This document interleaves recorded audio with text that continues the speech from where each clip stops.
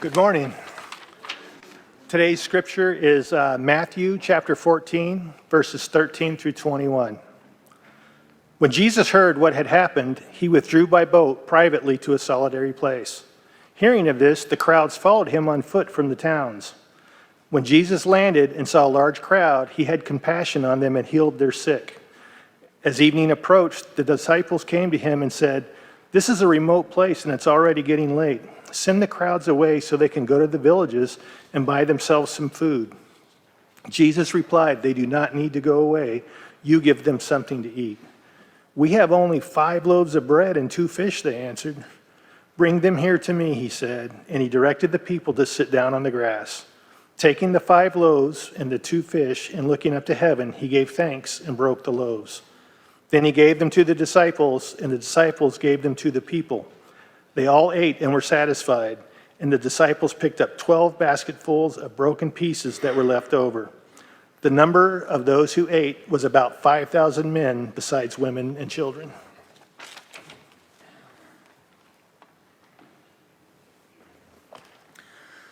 So today we'll take a look at one of the most popular events in the life of Jesus, which is often called the feeding of the 5,000, which, as was mentioned, was just talking about the men, not including the women and children. So the actual number of people that were fed on this day was significantly higher than that. And this story is especially unique in the fact that it is the only miracle of Jesus that is included in all 4 Gospels. All 4 Gospel writers wanted to include this event in their account of Jesus' life. And you know the story well, as Rich read for us. After Jesus had heard the news of the death of John the Baptist, he got into a boat with his disciples so that he could go and spend some time alone. But the crowds found out where he was going, and they followed him there. And so when Jesus came to shore and he saw the crowds, the Bible said that he had compassion on them and began healing their sick. Then evening came, and the disciples approached him and said, "Well, it's late. Let's send these people away so that they can go into town and get themselves something to eat." But then in verse 16, Jesus said, "They do not need to go away. You give them something to eat." Well, as the story says, the disciples had only 5 loaves of bread and a couple of fish, and they brought the food to Jesus. He blessed it, and the disciples began passing it out to the people. And everyone ate until they were full. And when the meal was over, and the disciples gathered what was left over, they had 12 baskets full of bread. Now, usually when we talk about the story and it's preached about, we talk about how God can do a lot with a little. In spite of our inadequacies and our shortcomings, God can take us and he can use us and do miraculous things through us if we're just willing. And that is certainly an appropriate application of this very famous story. But the story also teaches us some important lessons about the nature and the character of our God, of our Heavenly Father. And that's what I want to really focus on today. On this Sunday before Thanksgiving, when we especially acknowledge all that God has done for us, I'd like us to take a look at how he does it. What can we know about God that assures us that he always takes care of us and he always supplies our needs? There are 3 things I want us to notice today. First of all, in this story, we see that he is a God of compassion, as verse 14 says. When Jesus landed and saw a large crowd, he had compassion on them and healed their sick. Compassion, that's a great word. Literally in English, it's broken down with passion, something you do with passion. It's an emotional word. It doesn't just describe an action, although that's part of it, but it describes a feeling. The word compassion in the Greek is splachnisomai. It's kind of fun to say, kind of like Francisco, you elf fans. Okay. The word compassion talks about the most inward part of your emotions. And so Matthew is saying that Jesus felt for the needs of his followers. So it's important for us to see that these 5,000 plus people were not all saved and sanctified saints. They weren't fully devoted disciples who were ready to follow Jesus to the very end. In his commentary on Matthew, John MacArthur calls them shallow, self-centered thrill seekers. Might be a little hard on them, but the fact is that the overwhelming majority of these people who, quote, followed Jesus in his lifetime ended up abandoning him as he approached death. But still, when he saw their hurts and he saw their needs, Jesus was moved with compassion for them. Today, When Jesus sees you, he sees your hurts, he sees your needs, he's still moved with compassion. It's because he cares about you. His compassion is not based on anything that you've done to deserve it, and his compassion is not diminished because of the fact that maybe you brought the hurts on yourself because of your own sin. He's compassionate because of who he is, not because of who you and I are. As amazing as it may seem, our God is a God with feelings. He's a God who cares. In fact, you remember the beginning of the story. It began when Jesus heard that John the Baptist had been murdered by Herod, and Jesus' response to that was that he wanted to go somewhere to be alone. He wanted time to grieve his loss. He cares. He has feelings. He's a God of compassion. There's a story about a businessman who went to a bank for a loan, and he was turned down. I think of those Mr. Potter from Wonderful Life, that mean old banker. That's kind of the image that we have. But this banker made an unusual offer. He said to the man, "I have one good eye and one glass eye. If you can tell me which is which, I'll approve your loan." And the man took a quick look at the banker and said, "Your left eye is your good eye." And the banker was surprised and said, "Oh, that's right. How did you know?" The businessman said, "Because I detected a hint of compassion in your other eye." That's how a lot of people view bankers, like that Mr. Potter. Well, unfortunately, that's how many people come to view God, as a stern and harsh and cold and unfeeling. Just can't wait to punish all those low-down sinners who've broken his commandments. Yes, he is a God of justice. Don't ever question that. But he's also a gentle, loving Father. He's moved with compassion at human suffering. And so when you hurt, he cares about that. Even if the hurt you're going through is your own fault, even if you brought it on yourself, he still has compassion for you. We need to understand that about God's feelings for us. Apply that to us. Let's say you know somebody who has lung cancer, and you know that they smoked for all their life. And you might be thinking, well, what'd you expect? You'd have been smoking for 30 years. You know what smoking does. Would you be right in thinking that? Yes, you would. Would you be compassionate in saying that to the person? No, you would not. A compassionate person would never say something like that. And so don't make the mistake of thinking that our God of compassion is up in heaven gloating over our problems and that we're just getting what we deserve. This story teaches us differently than that. Jesus knew that most of the crowd following him that day would not stay with him at the end of his life. He knew that he would be abandoned, that the crowds would turn against him, and that he would die alone. And yet he was still moved with compassion when he saw the needs and the hurts of the people following him that day. God hasn't changed. He is still moved with compassion when he sees your needs and when he sees your hurts. He's a God of compassion. You know what that means? It means he cares for you. He feels for you. And you can know that that is one reason why you can trust him to supply for your needs. But the second thing that we learn from the story is that he is a God of miracles. Verse 19 says, "And he directed the people to sit down on the grass. Taking the 5 loaves and the 2 fish and looking up to heaven, he gave thanks and broke the loaves. Then he gave them to the disciples, and the disciples gave them to the people. They all ate and were satisfied." I've heard some people refer to the feeding of the 5,000 as kind of an unnecessary miracle, because the situation that they were facing was not desperate. It wasn't like everybody there was going to starve to death if Jesus didn't feed them. And plus, the disciples had proposed a reasonable alternative, that they just send the crowds away into the villages where they could purchase their own food. But Jesus performed this miracle anyway. I've also heard people come up with some theories about what really took place that day in the wilderness to explain that it really wasn't all that much of a miracle.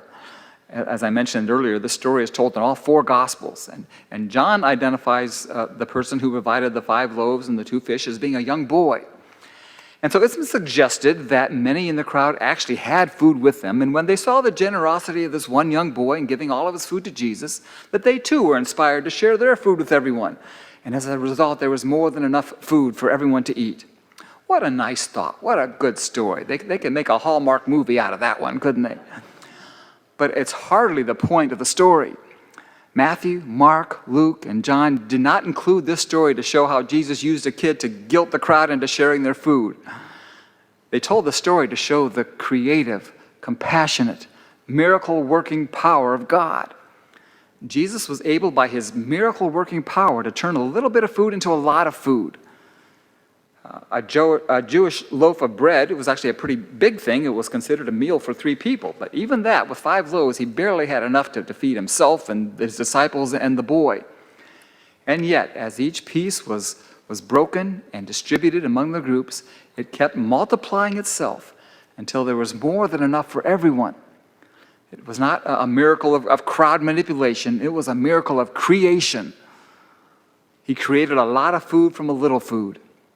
And can you imagine how hesitant the disciples might have felt when Jesus broke those few loaves and bread and he sent them into the crowd of thousands of people saying, "Feed them all." What's interesting, though, is that they started with a little food, not with an empty plate. They took what little they had and they offered it to God, and they began sharing it with others. If you need a miracle in your life, that's a pretty good pattern to follow. Take the resources you have, even if they're embarrassingly small, and offer them up to God and begin using them. So where do you need a miracle? Maybe in your finances. A lot of people say, "I just need a miracle to get me through this." Well, I've heard testimony after testimony of people who say, "My finances were a mess. There was never enough to meet my obligations. But when I began tithing, God began blessing me financially, and my finances are straightened out now. I don't really know how this works. I just know for a fact that it does. I know for a fact that God supplies our needs because He is a God of miracles." Unfortunately, there are many people, many Christians even, who don't really believe this about God. They say, "Well, I only have a little to begin with. I can't tithe now. If I had more, if God would supply me more, then I could give back to Him." That's not how it works. When you take what little you have and offer it to God, then our God of miracles promises to supply your needs. This principle works the same in other areas as well. So where do you need a miracle? Is your marriage hanging by a thread? Well, then offer that thread up to God and begin using it so that He can perform a miracle. If your marriage is hanging by a thread, then identify what the thread is. Determine what it is that's keeping your marriage together and offer that thread to God and ask Him to multiply it. Offer what you enjoy doing together. Offer what you both believe. Offer the goals that you do have in common and the priorities that you do share, and then watch God strengthen the tithes between you. Sometimes just committing over to God the smallest of things that can get a miracle started. Maybe it sounds foolish, but it is a start. It sounds foolish to think that 5 loaves and 2 fishes could feed 5,000 people. But with that start, God made a miracle happen. If you give God something to work with, He can multiply it greatly. But He may be waiting for you to offer it up, what little you have, and to trust Him to take it from there. So where else do you need a miracle? In your family? Your job? Your schoolwork? Your church? Take the resources you have, even if they seem too small to even acknowledge, and offer them up to God and put them to use so that He can begin that work of multiplying your efforts. He is a God of miracles. He has the power to multiply whatever is given to Him. He can heal broken marriages. He can heal broken families. He can heal broken lives, failing businesses, wounded hearts, bad grades, desperate financial situations. In whatever area of life that you need a miracle, God will provide. He's a God of compassion. He cares about what you're going through. And He's a God of miracles. He has the power to do something about it. And the third thing I want you to notice is that He is a God of abundance. After the miracle had been performed and everyone had eaten until they were satisfied, the disciples began gathering up the food. Matthew writes in verse 20, "And the disciples picked up 12 basketfuls of broken pieces that were left over." They started with 5 loaves of bread and a little bit of fish, and they ended up with much more than what they started with. And I don't think it's a coincidence that the 12 disciples who gathered up the leftovers came up with 12 basketfuls of food. If there were 17 disciples, I think they would have come up with 17 basketfuls of food, leftover food. Jesus wanted to show them that when God provides, there's more than enough to go around. It wasn't so much a matter of the amount that was left over, but rather the fact that there was enough left over for everybody. God is a God of abundance, and He wants to share His abundance with you. Jesus said to his followers in John 10:10 that I've come that they might have life and that they might have it more abundantly, or they might have it more to the full. Now, please don't misunderstand what I'm talking about here. There's a difference between abundance and extravagance. I'm not endorsing a materialistic approach to life where you think, well, God's a God of abundance, so that he wants me to just have more and more. Abundance is not so much about quantity as it is about quality. To have an abundant life does not guarantee that you're going to live to be 90 instead of 70. Doesn't mean that you're going to make $100,000 a year instead of 50. It means that whatever God chooses to give you is given in abundance. There's plenty of what he gives, and the quality of what he gives is good. When God provides, there will be more than enough to go around. And this applies to so much more than just your checkbook or your bank account. It can apply to every area of your life. However many years you live will be full ones when you have the Lord in your life. However much money you make will be sufficient to provide for what you really need. However much success you have in your job or other endeavors will be enough to satisfy when it includes the Lord. However many friends you have will be enough to give you the love and support you need. However much attention people give you and affection they show you will be enough to fulfill you. However much health you are able to enjoy will be enough for God to fulfill his plans through you. Whatever God gives you will be enough. It will be abundant, as long as you are acknowledging all along the way that it is God who is providing. If you don't acknowledge that, then no amount will be abundant enough for you, because this is about the abundance of God in your life, not the abundance of things or money or status symbols or even family and friends. It's about the abundance of God, because God is a God of abundance. Living the Christian life isn't just about surviving, it's about thriving. It's about experiencing life to the fullest. You don't have to spend your life feeling that you're always a day late and a dollar short. God has more than enough to provide for you. And when he provides, there's always more than enough to go around, because he is a God of abundance. This story is included in all 4 Gospels because it gives us tremendous insight into knowing what God is like. Are you hurting right now today? Do you need God's touch in your life? He's a God of compassion. He cares about that. He cares about you. But more than just feeling for you, he has the power to do something about it, because he's a God of miracles. And if you give him what little you have, he will bless it and he will multiply it, because he is a God of abundance. Whatever you're going through right now, God cares. He cares enough to do something about it, if you'll just give yourself to him. We're going to close in singing another great song of thanksgiving. We thank our God. And as we sing, if there's someone who would like to give your life to the Lord, trusting in him to provide for you, would you come forward as we sing?